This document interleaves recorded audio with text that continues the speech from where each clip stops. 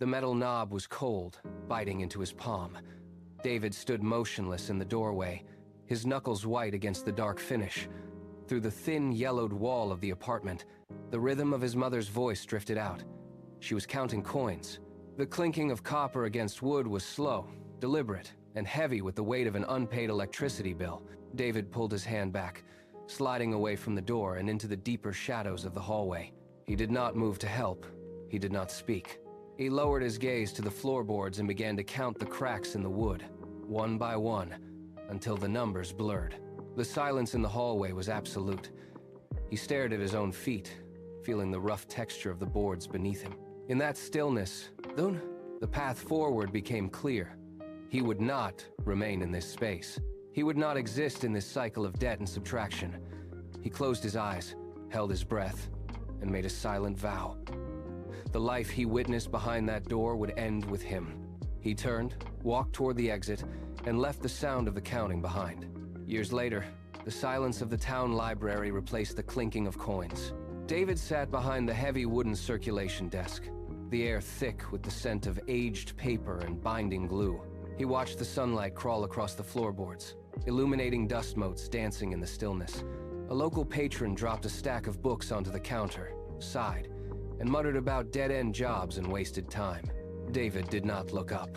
He simply stamped the return dates, his rhythm steady, his movements precise.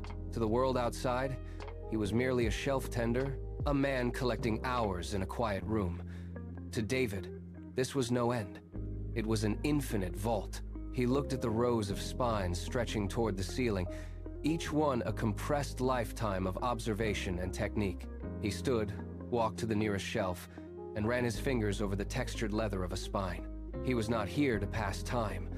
He was here to harvest the mechanisms of success. He pulled a volume from the shelf, felt the weight of it in his palm, and returned to his desk. The library was not a place of storage. It was a factory of potential, and he was the only one working the line. The book was older than the desk, its cover frayed and smelling of dry rot. David laid it flat, the spine cracking as he pressed it open. He bypassed the introduction, his eyes scanning until they snagged on a single, bold header, specialized knowledge. He read the passage once, then twice, his thumb resting against the page. The text argued that general information was a commodity, cheap and abundant. It was the specific craft, the niche application of complex skill that the world paid for. David looked up from the desk, his gaze sweeping over the rows of encyclopedias and general fiction. He had spent months absorbing whatever he could reach, thinking volume was the key. He realized now that he had been collecting pebbles when he needed to be forging a diamond. He traced the chapter title again, feeling the indentation of the letters under his skin. This was the missing gear in the machine he was building. He was not looking for a job. He was looking for a craft he could own. He pulled a fresh notebook from the drawer, clicked his pen, and began to map out the skills required to become indispensable. The library was no longer just a vault of books. It was a training ground for a single, high-stakes trade. At 6 a.m., the library keys rattled in the lock. The town was still gray with pre-dawn shadows, the streets empty. David entered alone, the air inside crisp and unheated. He moved straight to the business section, his boots clicking on the floorboards. He did not sit at the circulation desk today. He took a stack of heavy volumes to a corner table. He opened a book on marketing, then another on financial analysis. He laid his notebook flat, the pages already dense with ink.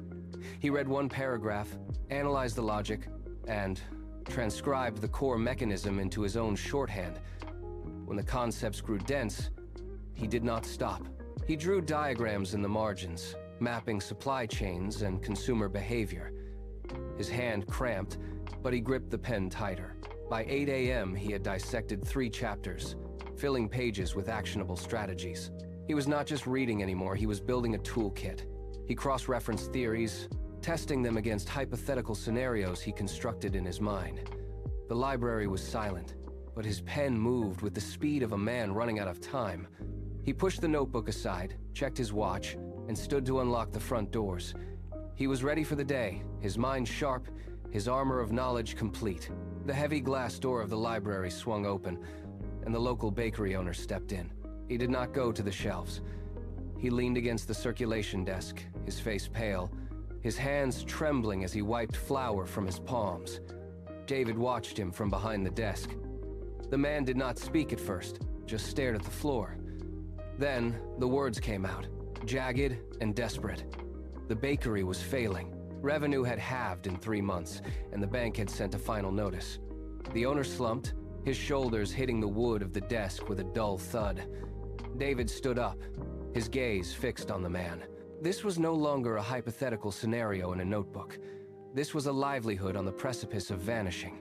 The bakery was a staple of the town, yet its registers were empty.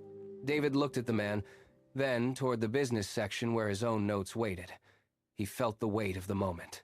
He could offer empty words, or he could apply the strategies he had spent months perfecting. David reached for his keys, closed the library register, and stepped out from behind the desk. He walked toward the owner, his movements precise, his mind already calculating the variables of the crisis. David cleared the table, pushing aside the library manuals to make space for his notebook. He started with the bakery's daily traffic, mapping the inflow of customers against the time of day. He wrote down the pricing tiers, then crossed them out. They were too generic. He needed something that forced engagement. He grabbed a fresh sheet and sketched a loyalty structure, linking purchases to specific, recurring rewards. His pen moved in frantic, jagged lines. Halfway through, he stopped. He calculated the margins and realized the initial discount would bankrupt the bakery before it built a customer base. He gripped the edge of the table, his knuckles white. The math failed his logic. He closed his eyes, reran the variables in his mind, and realized the error was in the frequency of the rewards. He tore the page out, crumpled it, and started again. This time, he paced the strategy toward long-term retention. He accounted for local transit patterns and peak hours, adjusting the plan until the numbers aligned. He did not look up. He did not blink. He filled page after page with precise, actionable steps until the ink was dry and the logic held under scrutiny. The plan was ready. He stacked the papers, squared the edges, and stood up, his eyes locked on the exit. David handed the stack of papers to the owner. The man scanned the pages, his eyes widening as he traced the loyalty structure. He nodded, once, and walked out. David returned to his desk, but his focus remained on the shop across the street.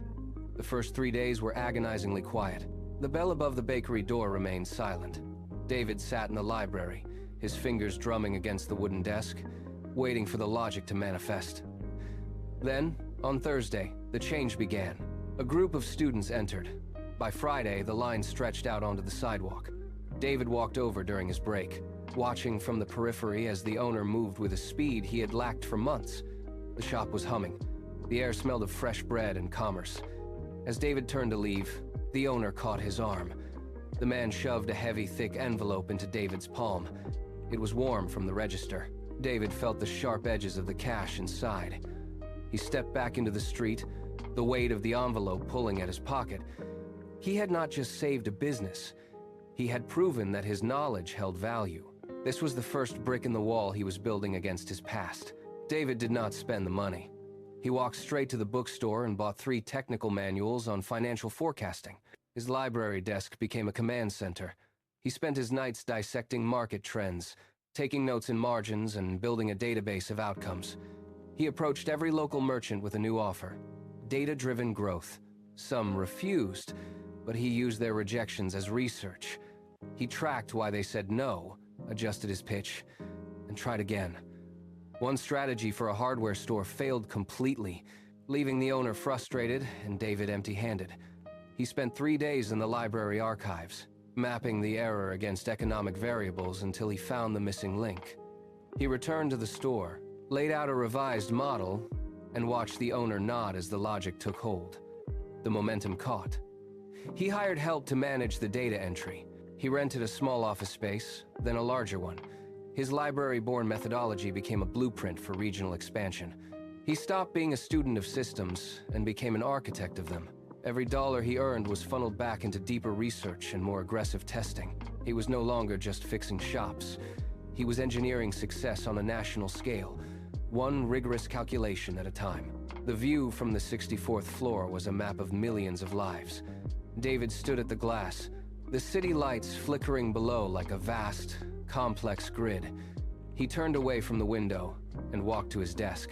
His movements were slow, deliberate. He reached into his briefcase and withdrew a sliver of plastic. It was yellowing at the edges, the corners worn smooth from years of friction. He held the library card between his thumb and forefinger, feeling the slight indentations where his younger self had gripped it. He remembered the smell of the library basement and the weight of the books he had carried home in the dark. Silence filled the office, heavy and absolute. He stared at the card. People often whispered about his fortune, attributing his ascent to timing or luck. He turned the card over. There was no luck in the thousands of hours spent dissecting market data, or in the nights he sacrificed to master the mechanics of growth. His success was not a gift. It was the physical outcome of a relentless, daily application of knowledge. He had built this life from the ink of those pages, brick by brick, calculation by calculation, until the wall between him and the life he once feared had become impenetrable. The card was the proof. David walked toward the mahogany shelves lining the wall, his footsteps muffled by the thick carpet. He passed the awards and the plaques, ignoring the accolades of his peers. He stopped at a specific spine, a leather-bound volume he had sought for years. He pulled it down, the weight of the paper grounding him. He opened to a marked page, the ink crisp against the cream-colored stock. His eyes moved across the lines with the same frantic, desperate hunger he had felt as a boy in the quiet of the town library. He sat in the chair, the city below fading into a blur of distant motion. The cycle of debt that had once haunted his parents was broken. The walls of the apartment were a memory, replaced by the height of his own achievements. He turned the page. The hunger had not left him. It had only sharpened. He read on, absorbed in the mechanics of thought, as the evening sun dipped below the horizon. The journey had reached its summit, but the work of the mind demanded more. He was still that boy in the stacks, searching for the key to the world, and he would keep searching until the light failed.